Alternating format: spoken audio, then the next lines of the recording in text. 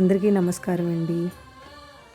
విశాఖపట్నం శ్రీ కనక మహాలక్ష్మి అమ్మవారి ఆలయ విశేషాలను విశిష్టతను తెలుసుకుందాం. 1912లో గ్రామస్తులకు కలలో కనిపించారంటండి అమ్మవారు బావిలో వెలసిన స్వయంభూ దేవత. ఆవిడను అక్కడ వాళ్ళు గ్రామదేవతగా కొలిచి నిత్య పూజలు అందిస్తూ చాలా సంతోషంగా ఉండేవారండి. అయితే 1917లో మున్సిపాలిటీ వాళ్ళు రోడ్డుకి అడ్డంగా ఉందని ఆలయం అమ్మవారి విగ్రహాన్ని వేరే చోటుకి తరలిచారండి.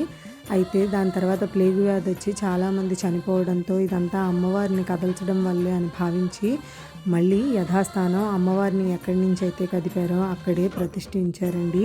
ప్రతిష్ఠించిన తర్వాత అన్ని పరిస్థితులు చక్కబడ్డాయి. అక్కడి నుంచి అమ్మవారిని అందరూ కూడా వరాలిచ్చే కల్పవృక్షంగా, కోరికలను తీర్చే కొంగు బంగారంగా నిత్యం పూజలు చేస్తూ వారి ఇలవేల్పుగా ఆరాధిస్తున్నారండి.